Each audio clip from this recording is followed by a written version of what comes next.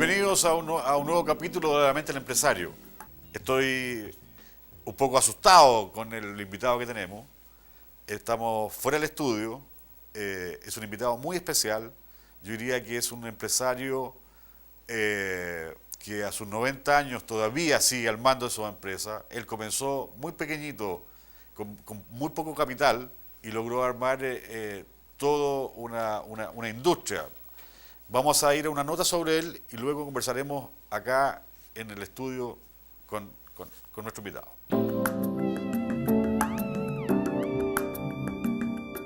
Conocido por defender con pasión sus ideas, aunque sea contra viento y marea, Hernán Briones ya inscribió su nombre como uno de los grandes empresarios de la historia de Chile.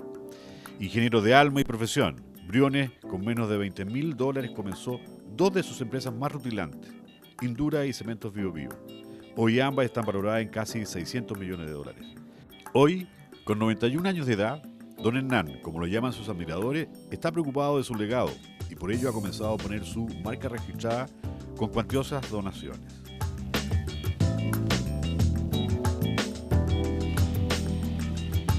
Estoy con don Hernán Briones. Don Hernán, primero quiero agradecerle de verdad, digamos, toda la paciencia que usted ha tenido de recibirnos en su oficina y poder conversar con usted. Usted, para los que vemos la prensa y vemos cómo funcionan las empresas en Chile, es realmente un personaje. Y por eso quisimos conversar con usted para que nos contara cómo comenzó todo su emprendimiento. Nosotros sabemos que usted estudió ingeniería, pero de ahí para adelante, digamos, usted tuvo la energía para hacer cosas. Y quisiera que nos contaran algo de eso. Yo realmente, uno no puede partir independiente el primer día, ¿no? Yeah. Porque evidente que tiene que orientarse. Yo tuve la suerte de tener un profesor en la Escuela de Ingeniería, don Reinaldo Harnecker, que me llevó apenas salir. En primer lugar, yo fui a Alemania después de la escuela, estuve 2 años allá, donde me especialicé en las cosas que me interesaban. Y cuando volví a Chile, don Reinaldo me empleó en la Corporación de Fomento. ¿Qué edad tenía en esa época, verdad? Yo no era muy joven, le voy a decir. Yo salí de la escuela a los 23 años, creo haber tenido 25, 26. Yeah. Y don Reinaldo, trabajé primero en lo que iba a ser la Endesa después. En esa época era una parte de la Corfo simplemente. Pero me di cuenta que trabajar como ingeniero no era lo que más me gustaba. Yeah. Y le pedí a don Reinaldo que me dejara pasarme a la Corfo propiamente dicha. Y me mandaron a Estados Unidos. Ahí tengo casi una anécdota de contar, porque yo nunca había estudiado inglés. Yo estuve en colegio alemán siempre, ¿no? Yeah. Y después en Alemania. De manera que por suerte no me preguntaron si hablaba inglés, pero tuve que estudiar a matarme para poder llegar a poder servir en la Corfo. Me pusieron, yo comencé a trabajar en el proyecto CAP. Yeah. Y ahí nació la primera industria. Pensé que producir en Chile soldadura se iba a requerir porque iba a haber acero. De acuerdo. Y de ahí nació Indura, una compañía. Pero la CAP, la CAP era, usted trabajó en el proyecto. En el proyecto CAP no Ya. estaba Y ahí todavía. se dio cuenta, digamos, que iba a ocurrir, digamos, Que iba a haber una necesidad de soldadura cubrir, y que en ya. Chile no la había. Ya. Y de ahí nació Indura, como le digo, me traje una licencia americana y con muy poco capital, me acuerdo, 5 millones de pesos en que me propusieron amigos y parientes, partimos con Indura. Hoy día es una industria bastante grande. Y la primera planta que pusieron fue la que está de camino a Está Rancagua. en la misma parte. En la misma parte, siempre. El camino a Melipilla, sí. Y, o sea, al lado de Cerrillos, ¿no? Ya. Era mucho más chico, claro, con el tiempo hemos ido comprando los terrenos alrededor y hoy día es bastante más grande. Además tenemos, Indura tiene oficinas, digamos, nosotros lo llamamos plantas, en prácticamente todo Chile, tenemos 30 plantas, porque al principio producíamos electrodos nomás para soldar, no soldadura, pero después hemos ido ampliándonos y hoy día los grandes son gases industriales. ¿Y cómo se las arreglaron en esa época? ¿Perdón? ¿Cómo se las arreglaron en esa época? Tuvieron que importar toda Bueno, la maquinaria fue maquinaria. importada. Ya. La compañía que me dio la licencia me vendió una prensa relativamente chica y los equipos necesarios, pero muy primitivo. Hoy día es otra cosa. Una ¿Y usted tenía que meter mano ahí o tenía que Claro, ¿Sí? el montaje y bueno, estaba todo el día ahí, pues era. ¿Y con qué gente contaba ahí en esa época? Debíamos haber tenido unos 10 o 15 operarios. Hoy día tenemos casi 700. ¿En esa misma empresa? En la misma empresa, sí. Ya. Esa empresa hoy día entonces debe tener del orden ¿cuántos años tiene de que se fundó? Estamos hablando, partimos el 44, El 44. así que tenemos 60 años casi. Ya. Y con el tiempo tomamos un socio extranjero que nos ha apoyado mucho porque uno no, en estos proyectos, en general en la industria, le cuesta a uno progresar solo, ¿no? Hay que hacer mucha investigación y desarrollo.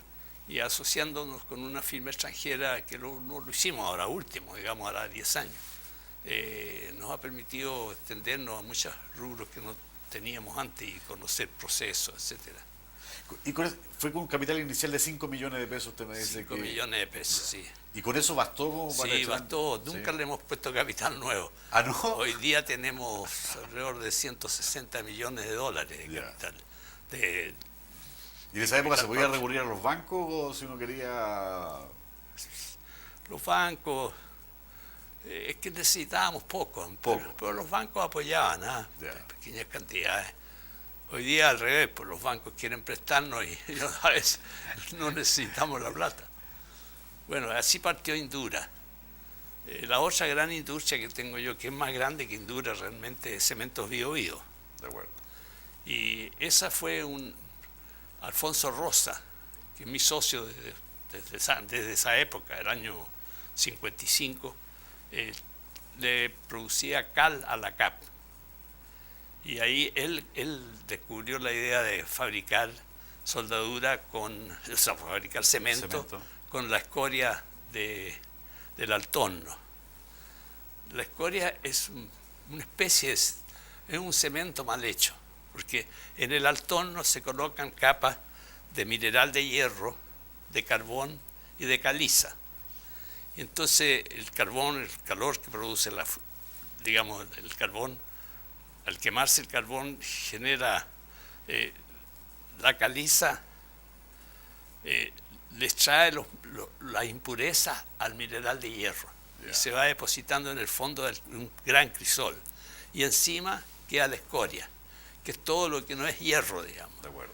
Y esa escoria es la que utilizábamos originalmente, porque era la única fábrica que teníamos de cemento en Talcahuano, ¿no? Frente a la CAP.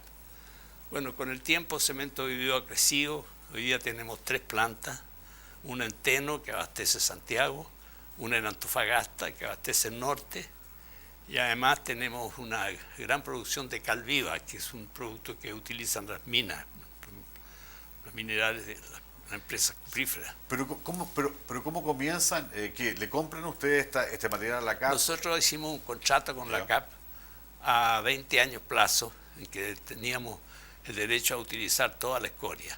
¿Y ustedes le pagaban a la CAP? Hicimos un contrato muy interesante porque le pagábamos porque la CAP proporciona la caliza, que es el otro producto que se necesita en la producción de acero. Y la escoria le pagábamos el 15% de la utilidad de Cementos Bío Bío como precio de pago. Y al principio no ganamos plata, ¿no? Fue duro porque teníamos la competencia de lo que es hoy día Meloni por Paico. De manera que no fue posible, no nos costó tan caro el cemento al principio, digamos. Con el tiempo ya se afirmó la empresa y hoy día cambiamos el contrato después de muchos años y hoy día pagamos una cantidad fija en dólares por la escoria. ¿Y ahí se asienta esta empresa de cemento? Bueno, esta empresa creció mucho realmente. Hoy día somos los primeros productores en capacidad de producción de cemento en Chile. Y como estamos muy bien distribuidos, tenemos muy buenas condiciones para vender, porque el cemento no resiste grandes fletes. La planta del norte... Leyendo una entrevista o un artículo que hicieron sobre usted hablaba de la distancia de fábrica de cerveza. Eso lo aprendí en Alemania yo. ¿Ya? Y dicen Schornstein Entfernung. Significa que las cervecerías pueden estar una de otra a distancia en que no se vea la chimenea. Yeah. Es más o menos lo mismo en el cemento realmente. Yeah. Y tenemos muy distribuido la producción y además tenemos una gran capacidad de producción. Ahora, don Hernán, cuando usted funda Indura y crean Cemento Bio Bio y la empresa empieza a crecer, ¿cómo? Porque hay muchas empresas que nacen, se establecen, digamos, pero luego, digamos, vienen pueden crecer muy rápido, pueden decaer, qué sé yo, pueden ocurrir muchas cosas. ¿Cuál es la clave para que una empresa se sostenga en el tiempo y que siga creciendo y se vaya transformando más y más en una empresa sólida? Bueno, yo tengo en ese sentido 3 casos, porque ¿Ya? en Indura nunca pedimos capital. Fue el capital con el que iniciamos. Yeah. El negocio fue muy estable. Naturalmente no pagábamos dividendos al principio, lo que nos permitió formar el capital, ¿no? O sea, una clave es no endeudarse mucho. No endeudarse y tampoco no sacarle plata a la empresa, lo mínimo, ¿no? No sacarle, ya. Ahora, el caso de Bio Bio es distinto, porque Bio Bio partió con un crédito de la IFC, que es una institución que es una filial del Banco Mundial que le presta a empresas privadas, ¿no? Y partimos muy bien capitalizados. Y la IFC nos obligó a partir con acciones en la bolsa, sociedad abierta. De manera que esto le da bastante tranquilidad a la empresa, porque el valor, se sabe lo que pasa en la empresa, ¿no? Evidente. Uno tiene que prestar balance a la superintendencia, sí. Y nunca hemos tenido problemas de plata tampoco. ¿Y qué pasa con la gente? ¿Cómo arman los equipos para que la industria empiece a funcionar por su riel y Bio Bio también? Mire, eso es bueno. Desde luego elegir gerentes buenos, ¿no? Y en eso va un poco, puede ser que el ojo de uno o la suerte, pero yo he tenido la suerte de tener muy buenos gerentes, ¿no? En Cementos Bio Bio, el señor Bralich, que fue muchos años gerente hasta que jubiló y que formó muy buena gente debajo de él. Porque evidentemente que uno cuando empresas grandes no elige uno el personal, la elige el gerente, ¿no es cierto? En Indura lo mismo, en Indura hemos tenido muy buenos gerentes. Tal vez una suerte o tal vez un poco de ojo. ¿Cuáles son los parámetros? ¿Cuál es el ojo que hay que tener para poder delegar esa tremenda responsabilidad? Bueno, yo he tratado siempre de que los gerentes sean ingenieros, ¿no? Yeah. Y que tengan un récord bueno en cuanto a educación, en cuanto a ser correcto, en lo que han hecho antes. En el caso del gerente de Indura, entró cuando recién salió de la universidad, el actual. Yeah. Y es muy profesional. Y yo estoy en contacto con ellos diariamente, ¿no? En los 2 casos. Además tenemos otra empresa que es muy interesante, que es Yadran. Yadran produce salmones, ¿no? Sí. Y ahora la estamos ampliando bastante. Queremos llegar a ser... Somos una empresa chica hoy día y vamos a ser una empresa sobremediana muy pronto. Esa es una industria que crece muy rápidamente. Usted sabe, el salmón de la nada, en 10 años... En 10 años, sí, ha sido una explosión.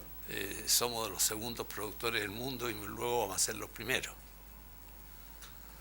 Bueno, todas las industrias nuestras, cuando yo me vine de Estados Unidos, fundé una pequeña compañía de ingeniería que se llama H. Briones y Compañía Limitada. Y nos dedicamos a la construcción, a a trabajos de ingeniería varios, chicos, porque no era una empresa chica, pero por ejemplo, contribuimos mucho a la instalación de los trolebuses en Chile, ¿se acuerda? Hace muchos años. Así es, sí me acuerdo, yo traje la tecnología de la instalación de las líneas aéreas, de las subestaciones, etcétera. Ese fue nuestro primer trabajo. Y después instalamos varias industrias grandes, como Cholguán, por ejemplo, lo instalamos de cero nosotros, desde elegir el producto. ¿Pero ese producto cómo lo inventaron acá, lo trajeron de afuera? No, yo estaba estaba en Alemania, yo, Yeah. y me llamó un cliente nuestro que el que instaló, el que plantó en Chile los bosques de pinos, uno de los primeros, Yeah. Alfredo Irarraza, y me dijo que tenía que utilizar el pino y que por favor le ayudara a buscar una industria. Yeah.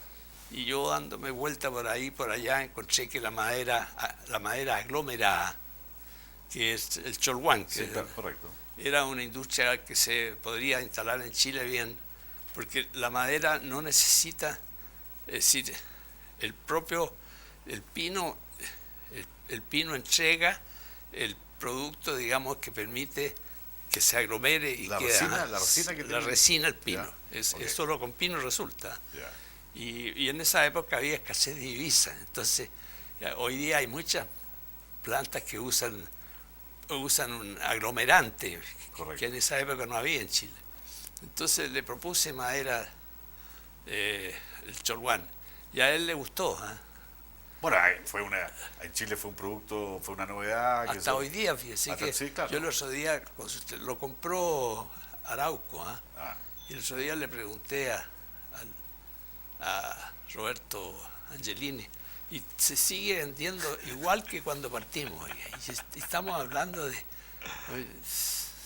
40, 50 años.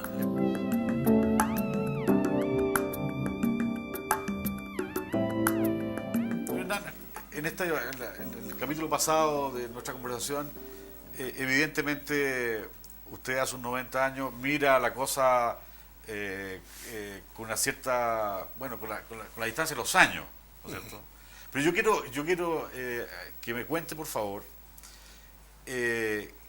porque desde chico usted quiso ser ingeniero, desde chico quiso ser independiente, y claro, y cuando uno cuenta las cosas, de alguna manera hace una abstracción de lo que ocurrió. Pero me gustaría que me contara, porque como este programa de alguna manera lo ven los jóvenes y lo ve gente que quiere emprender, que me contara, no sé si anécdota o que me contara qué sentía usted cuando se enfrenta a que le ofrecen un trabajo en Nueva York donde gana muchísimo más de lo que estaba ganando, pero usted se viene a Chile y se mete con el cuento de los troles, ¿no es cierto? ¿Ya? ¿Qué fuerza ahí? Porque estaba de novio ya se había casado. Yo estuve 2 veces en Estados Unidos, ¿no? Ya. La primera vez soltero y la segunda vez casado. Casado, ya. Y cuando me vine a Chile a trabajar a mis industrias, digamos, ya estaba casado. Ya. Ahora, yo creo que es una fuerza interior. Yo creo que no es aquí que uno se le ocurre por el camino. Yo quería, a mí, no sé si usted ha oído la anécdota de que el gerente de la Corfo en Nueva York, don Roberto Vergara, que lo quería mucho yo, me llama un día y me dice, mira, el gerente actual de la Corfo, el gerente de ingeniería, se vuelve a Chile. Era Fernando Salas, que volvía al petróleo. Yeah. Y nosotros, yo consultaba con el presidente y queremos nombrar a usted ingeniero jefe de la Corfo, con un sueldo fabuloso, $2.000 mensuales, tax free, imagínense. Y yo me dije, don Roberto, déjeme pensarlo. ¿Cómo que lo vas a pensar? Sí, lo voy a pensar, don Roberto. Volví al día siguiente y le dije, don Roberto, le agradezco mucho, pero no le acepto la... ¿Cómo? Mire, le dije, si yo acepto este sueldo y acepto esto, me voy a quedar toda la vida aquí. Yeah. Y no quiero. Se enojó tanto conmigo que me echó de la oficina. Pues a los 2 o 3 días se puso bien conmigo, claro. Y dijo, y bueno, ¿y qué quiere hacer? Le dije, me quiero volver a Chile. Le dije, yo tengo pensado en esto de Indura. No le haya puesto nombre todavía. Y además, para comenzar, quiero llevarme la tecnología de instalar trolebuses, porque la Corfo ya había comprado los buses, ¿no? Los trolebuses que eran estupendos. Y bueno, él se portó muy bien conmigo y me dijo, bueno, me dijo, yo lo entiendo. Pero esa noche que lo tuvo que pensar. Pucha, ni dormir, ya. Porque era un sueldo de $2.000 mensuales sin impuestos, pero dije yo, ¿qué voy a hacer aquí? Me voy a ganar, ya voy a economizar unos $1.500, $1.200 al mes, pero ¿para qué? No es mi futuro. Pero, entonces había un cuento con querer hacer las cosas, hacer cosas propias, sí, hacerla a su manera. Exacto, yo no quería seguir empleado. ¿Qué te molestaba de ser empleado? El empleado había sido yo desde el principio que consideraba que era una etapa. Una etapa, ok. Que era necesario ser empleado para virar a otras direcciones, para ubicarse. Yeah. Pero que jamás iba a ser mi futuro. Eso lo tenía yo decidido desde la escuela de ingeniería. Esa es la realidad. Hay un poco de fuerza interior en esto. ¿Pero de dónde viene eso? ¿Usted de dónde cree que viene eso? ¿Viene de su papá, de su abuelo, de la familia? ¿De dónde viene? Bueno, mi papá era independiente, mi abuelo era militar, el general Gorostiaga, y tal vez él le ha heredado, tal vez, porque fue un general muy duro, el de la batalla de Huamachuco. Tal vez de él. Y yo creo que también es convencimiento. Yo a los muchachos les diría, miren, analícense, y si ustedes se atreven, tomen esa dirección y no le tengan miedo. Si usted cuando se viene a Estados Unidos se viene con algunos ahorros, por ejemplo. Un poco, sí, pero no mucho más. Pero me vine con un trabajo, que era la instalación de los trolebuses. Ya, eso ya le iba a dar una... Sí, pues llegando aquí formé a Chebrioni y compañía con un ingeniero de la Escuela de Ingeniería, es decir, compañero mío, y entre los dos comenzamos. Pero de todas maneras, aunque no iba a pasar grandes penurias, porque venía con un trabajo, qué sé yo. Bueno, él trabajaba en la Corfo, así que él tenía su sueldo, ¿no? De acuerdo, pero de todas maneras, digamos, el negocio puede fracasar. Llegando acá podría haber fracasado. Yo nunca pensé eso. No recuerdo haber pensado. ¿Cuál era su régimen de trabajo en esa época? Todo el día, pues sí. ¿Pero a qué horas partía? Alrededor de las 8. ¿De las 8 ya? Sí, trabajábamos todo lo que había que hacer. Hacíamos de todo. Pues, ¿sí? No teníamos un empleado. ¿Uno solo? Uno solo. ¿Cómo eran las comunicaciones en esa época? ¿En qué sentido? Digamos, si uno quería conseguir algo... Bueno, o personalmente o había que poner avisos. Pero, ya. Bueno, a mí me ayudó mucho otra cosa también, que fue... yo me vine terminada la guerra, ¿no? Ya había escasez de equipos aquí. Y se me ocurrió que los motores eléctricos se iban a vender. Yeah. Y yo conocía a través de la Corfo una fábrica, ¿no? Entonces me fui a Estados Unidos a ver al gerente y él me dijo, mira, tengo 400 motores rezagados aquí, que he fabricado durante la guerra y no se han vendido, motores de 5, 10 caballos, 15 caballos, qué sé yo. Y te los vendo barato, 400 motores. Bueno, le dije yo se los compro, los 400 motores, pero yo le voy a pagar en 180 días. Me dijo, pucha, ¿cómo te lo voy a mandar a Chile a 180 días? Pero usted me conoce. Me los mandó los motores. Y se los pagué antes de 180 días, porque había tanta escasez que se vendieron todo. Y eso nos dio bastante plata para operar la oficina, pagar el arriendo y lo que fuera, ¿no? Ahora, ese ojo para poder ver oportunidades, ¿es un ojo innato? ¿Es un ojo...? Yo creo que es innato. Es innato. Sí, porque, bueno, era obvio también, ¿no? Es que de repente fue súper obvio plantar kiwi, fue súper obvio criar conejo. Sí, pero es evidente que en esa época no había llegado equipo de nada a Chile. Yeah. Chile, estos motores eran pequeños para industria mediana y chica. y se iban a vender, a mí no me cabía duda. Había escasez, ¿no? Entonces, con el apoyo de los trolebuses, de estos motores, con eso partimos, no tuvimos problemas de plata. No tuvieron problema de plata. No. O sea, la cosa empieza a funcionar, empiezan a tener algunas ganancias. Claro. ¿Y qué le empieza a inquietar cuando ya la cosa está andando? Bueno, es que yo no quería continuar de comerciante, ¿no?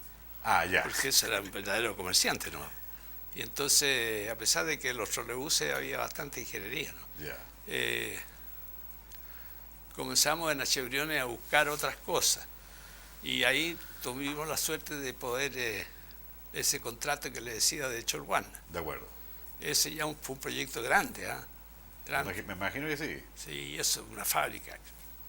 Y eso nos dio ya otras entradas. Después, así fuimos poco a poco. Y ahí Indura ya había comenzado también. Ya. Indura comenzó a ser realidad. Uno se van encadenando las cosas, francamente. Yo no le podría dar en detalle cómo fue, pero se van encadenando poco a poco y uno va saliendo adelante. Ahora, hay que trabajar duro y no hay que malgastar la plata, pues son dos cosas fijas. Y a todos se los recomiendo, ¿no? ¿Pero qué es para usted malgastar la plata? Bueno, yo le diré que no gastar en nada, el súper mínimo, pues. Lo necesario para vivir y nada más. Y nada más. No, nada de viaje, a menos que fueran viajes de negocio, que fueran perfectamente financiados, digamos. Ahora, pero quiero preguntar una cosa, pero ¿cómo esta cosa lo mantenía entusiasmado? ¿A usted le gustaba mucho este proceso? O sea, claro, gozaba con este cuento. Claro, yo dormía pensando en esto, pues solamente. Es que uno tiene que entregarse en cuerpo y en alma a sus cosas. Y nunca pensé que iba a fracasar. ¿Nunca se le pasó por la mente eso? No. O sea, no, nunca. Cada día se iba construyendo algo, cada día se iba avanzando. No, el fracaso no estaba en mis libros. En sus libros. No, nunca. Don Hernán, yo siempre lo he visto a usted muy preocupado a través de la prensa, de cosas que se escriben, digamos, de la situación del país. Usted es un hombre que se ha interesado por la cosa gremial, por fomentar de alguna manera que la industria y los servicios de este país crezcan. ¿Por qué esa inquietud? Mire, cuando ya tenía una situación que me permitía pensar en otras cosas, ¿no? Pensé que uno tenía que servir al país, tenía que hacer algo. No podía dedicarse con egoísmo a lo propio solamente. Y entonces entré a la Cámara de Comercio en esa época. Y fui vicepresidente de la Cámara Nacional de Comercio. Y pasó esta época y Ernesto Ayala, que es muy amigo mío de toda la vida, me dijo, tú deberás entrar a la Corfo, a la Sofofa. A la Sofofa. Y me llevó a la Sofofa. Y entré como socio. Y de ahí pasé a consejero. Y después fui presidente de la Sofofa. Eso quita mucho tiempo, ¿no? Sí. De manera que yo fui 2 años presidente, que es el periodo de cada elección, y después he continuado. ¿En qué época fue eso? ¿En qué época fue presidente? Ahí medio me pilló. Pero... Debe ser hace unos 12 años atrás. 12 años atrás. 12. O sea, pero ya estábamos en una economía abierta. Sí, bueno, yo fui presidente de Sofofa en la época del general Pinochet. Ya, ok. Y me tocó mucho. Él me convidaba una vez al mes a almorzar. Yeah. Y me decía que fuera me llamaba el edecán y me decía que fuera con quien yo quisiera. Y que qué tema quería tratar yo. Entonces, bueno, que quería temas comerciales, temas industriales, o lo que fuera. Y entonces él tenía los ministros, Laboral, por ejemplo, tenía el ministro del Trabajo. Y discutíamos en el almuerzo nosotros éramos como una especie de sounding board, digamos, que le contáramos qué estábamos pensando los empresarios respecto de su gobierno. Pero estas entidades gremiales, ¿de qué siempre están preocupadas? ¿De que haya más libertad, que haya más facilidad? Claro, evidente, ¿verdad? Que le den oportunidades a la empresa a progresar. Y eso hasta ahora lo tengo adentro. Yo hago lo posible, cuando tengo la oportunidad lo opino. El Estado es muy restrictivo, no estoy hablando de ningún gobierno en particular, pero el Estado es muy restrictivo en el desarrollo de las empresas, ¿no? Mire, el gobierno militar era muy receptivo, ¿eh? Receptivo. Muy receptivo. Había todo lo que fuera desarrollo de las empresas, por ejemplo, o ayuda a los trabajadores, reaccionaba muy bien. Yo con Vigi me entendí muy bien. ¿Ah? Era casi al revés. Me bajaba los impuestos Vigi y le decía, bueno, ¿y cómo vas a manejarse? Bueno, no, me dijo, yo tengo que llegar a que las empresas no paguen impuestos, me dijo, para que crezcan. Y así fue el último año del gobierno militar. Usted sabe, los impuestos a las empresas era el 10% de lo que usted repartía. De lo que se retiraba, me acuerdo perfectamente. Repartía. Sí. Y normalmente las empresas repartían 30%. De manera que el eso impuesto, era un incentivo a reinvertir en nuevas cosas. Claro, a reinvertir, eso fue. Con el tiempo eso ha cambiado, evidentemente. Y yo creo que a la empresa hay que darle la oportunidad, porque los empleos los da la empresa, los empleos productivos, los empleos que significan desarrollo, ¿no? Pero estoy de acuerdo con usted, pero hay una cosa que uno mira y uno no ve que, yo no sé qué piensa usted, pero uno no ve que aparezcan nuevas empresas, que se inventen nuevas cosas, que se creen nuevas cosas. Hoy día más bien uno ve a los empresarios haciendo una caricatura, casi jugando al Metrópoli. Mire, no es tanto así. Usted ve que, por ejemplo, las viñas han crecido enormemente. Sí. ¿No? En un país abierto como el nuestro, en que no hay derecho de aduana para los grandes países, Estados Unidos, Corea, Europa, las posibilidades de industria se van achicando. Solamente quedan aquellas industrias que tienen ciertas condiciones especiales de beneficio, como por ejemplo madera evidente que sigue creciendo, los aserraderos. ¿Cuántos aserraderos tiene Arauco? 30, creo. Nosotros mismos tenemos en Biobío aserraderos muy buenos, muy eficientes. Entonces, las industrias ya no es como antes. Ahora, yo creo que viene una segunda etapa ahora.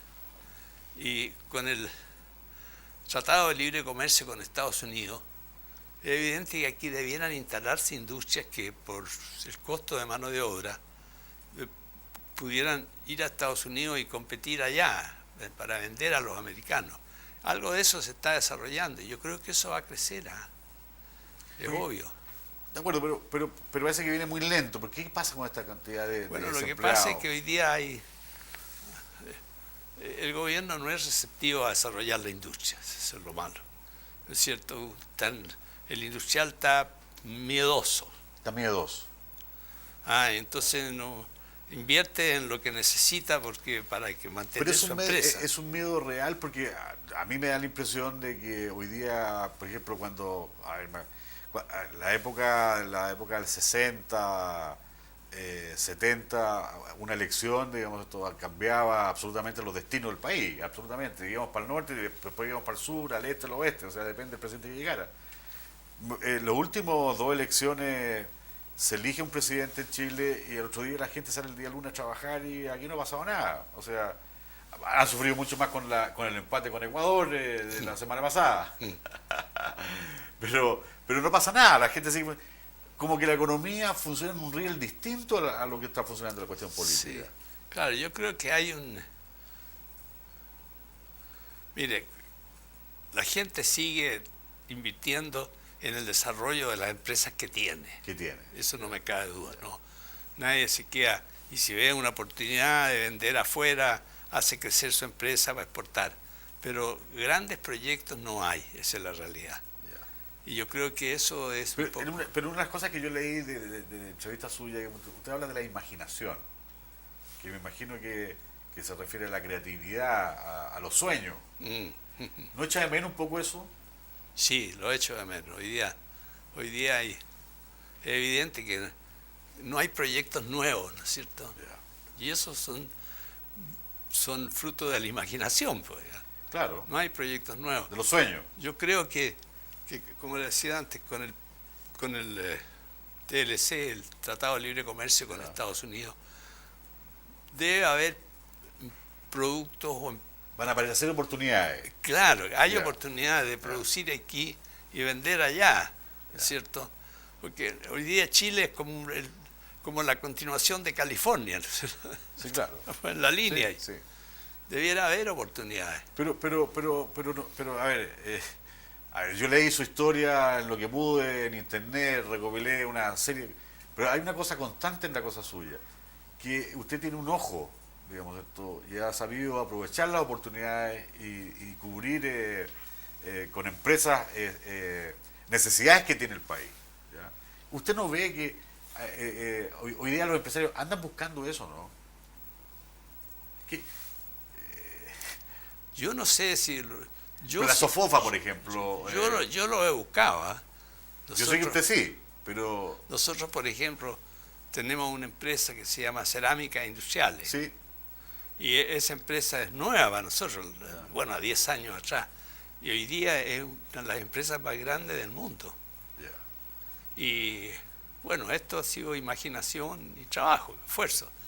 Hoy día tenemos plantas en Chile, tenemos en 2 lugares, en Penco y en Santiago. Tenemos plantas en Ecuador, tenemos plantas en Venezuela, tenemos plantas en Estados Unidos y tenemos un joint venture en China. Y somos el 5º proveedor de Estados Unidos en sanitario. Y bueno, eso es imaginación. Yo creo que otros debieran hacer lo mismo. Yo creo que lo están haciendo. Sí, usted, ¿en qué rubro vislumbra? ¿Cómo, en pro, digamos, de recoger a estos, no sé si son 500.000 o 600.000 desempleados que hay, que es una gran carga y una gran mochila y una gran El gran problema. Falta todavía confianza, eso es lo que creo yo. Sí, en problema de confianza. Sí, yo creo que los Pero ¿qué es lo que espera el empresariado para tener confianza? ¿Le tiene miedo todavía a una especie de unidad popular? Bueno, tienen el temor de los nuevos impuestos. No hay ningún incentivo, esa es la realidad. ¿No? Uno oyó hablar al ministro Izaguirre y ¿qué ha hecho el ministro Izaguirre en todo su periodo? Poner impuestos, pues. Siempre hay una ley de impuestos en el Parlamento, ¿se ha fijado usted? Sí. Siempre hay una en discusión. Es la constante. Es la constante realmente. Y hay mucha gente que se asusta con eso, sobre todo inversionistas extranjeros. Todo el problema del royalty ha caído muy mal. O sea, y a mí me parece que empresas americanas se podrían instalar en Chile para vender en Estados Unidos, aprovechando, tenemos de mano relativamente barata y buena, porque el trabajador chileno es bueno. Yo se lo digo por experiencia, porque tenemos plantas en varios países. Y en Chile el trabajador es capaz, inteligente, y le gusta ganar, evidente, ¿no? Pero al último los problemas que tenemos son relativamente chicos con ellos. Y habría oportunidades. La universidad de su época, bueno, hoy día las universidades son muy distintas a las universidades de esos tiempos. Claro. Yo mismo, que estudié en la época del 60 al 70, las universidades son muy distintas, Eran universidades o de la iglesia o del Estado, en donde había, yo diría, un tremendo rigor académico. A usted, tengo entendido, digamos, que la Universidad Católica construyó un edificio y puso su nombre. ¿Cuál es la relación que usted tiene con la universidad? Mire, yo creo que es muy importante el apoyo a la educación y a la universidad, ¿no? Y por eso que en nuestra empresa decidimos apoyar a la Católica, que es la primera universidad de Chile, sin duda, ¿no? Y la universidad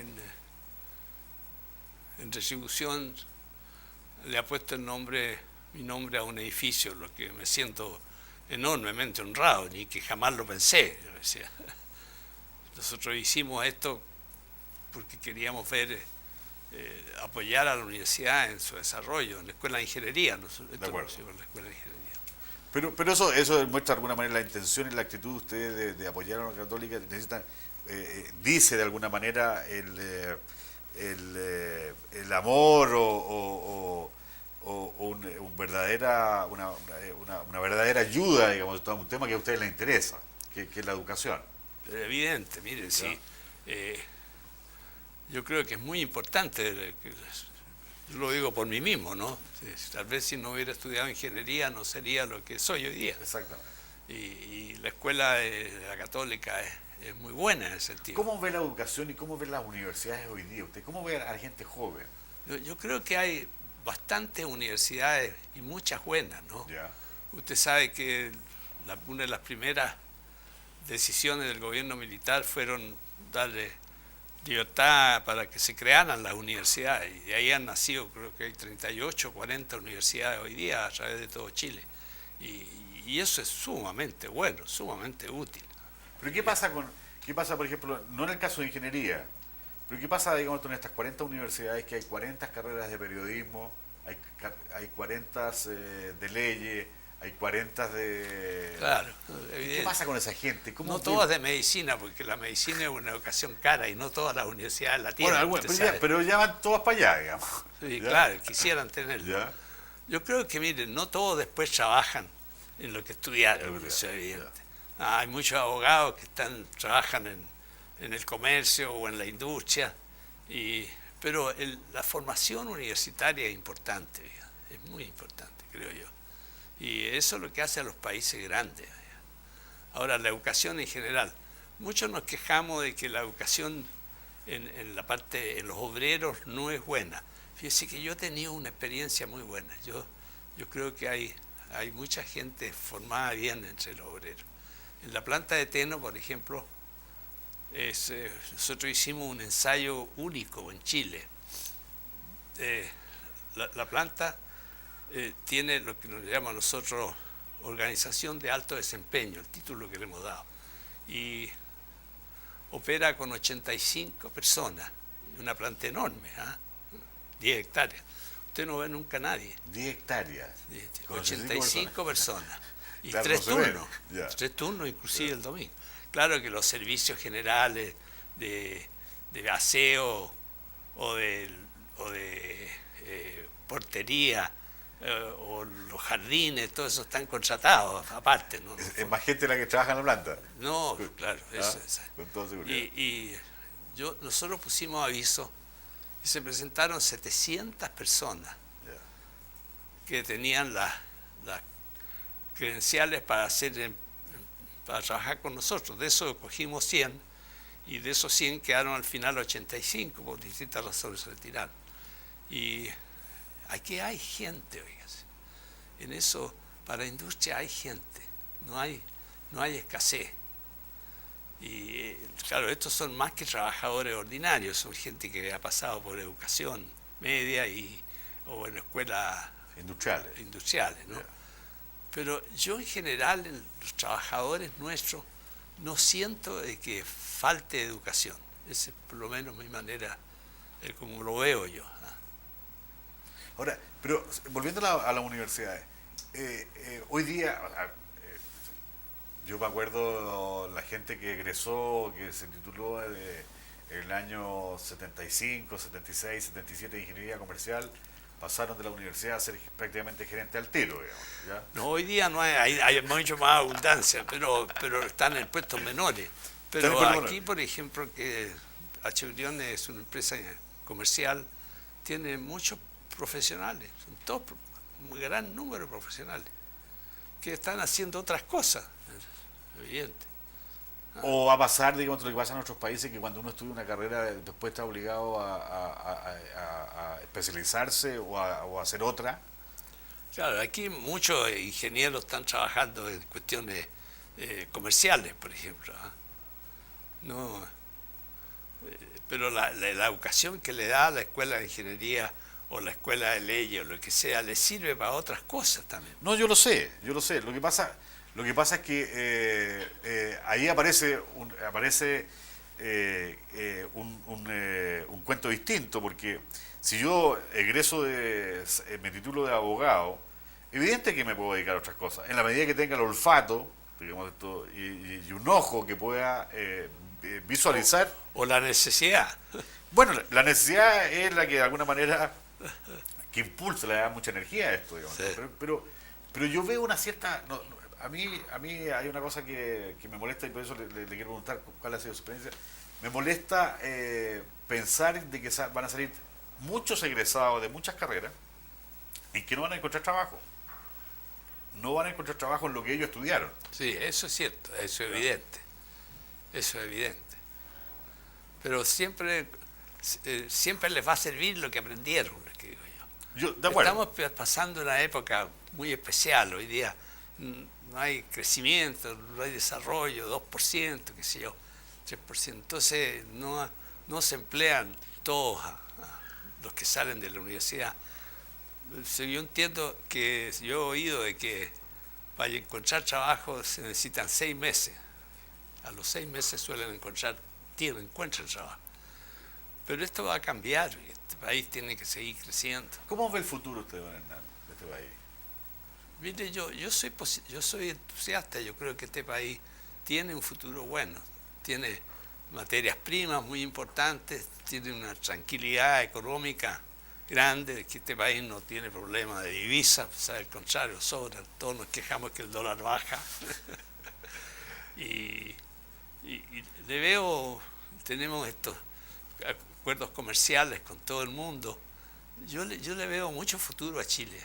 Independiente de los gobiernos que Mire, yo a veces pienso que es una suerte haber nacido en Chile.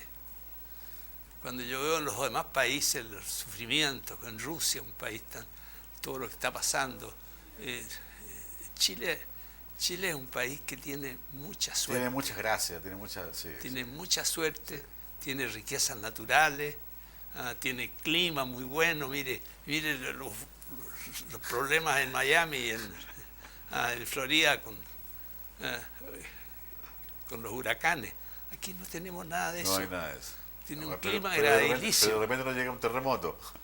Sí, por suerte que no son muy a menudo. Pero el clima nuestro es muy bueno. Es muy bueno, sí. Yo digo que yo le doy gracias a Dios de haber nacido en Chile. Fíjese. Mira, Argentina, un país brillante y con problemas. ¿Para qué decir los demás? ¿No? Colombia, con la FARC. Donde usted mira... No, donde uno mira hay problemas mucho más serios de lo que nosotros tenemos. Somos un oasis. Que los gobiernos no sean perfectos, qué diablo. Bueno, alguna vez serán. Es parte del folclore. Yo quisiera, don Hernán, agradecerle su tiempo. Creo que para nosotros es un lujo haberlo tenido como invitado en este programa. No siempre tenemos invitados, digamos, con la trayectoria, con la experiencia y con una persona que revisando todo el material está llena de éxitos, digamos, que tiene que ser por su empeño, por su perseverancia y por tener muchas ganas de hacer cosas. Y yo creo que 90 años hay poco. Van quedando poco. Así que no me resta más que agradecerle y nosotros nos vemos la próxima semana en un nuevo capítulo de La Mente del Empresario. Gracias.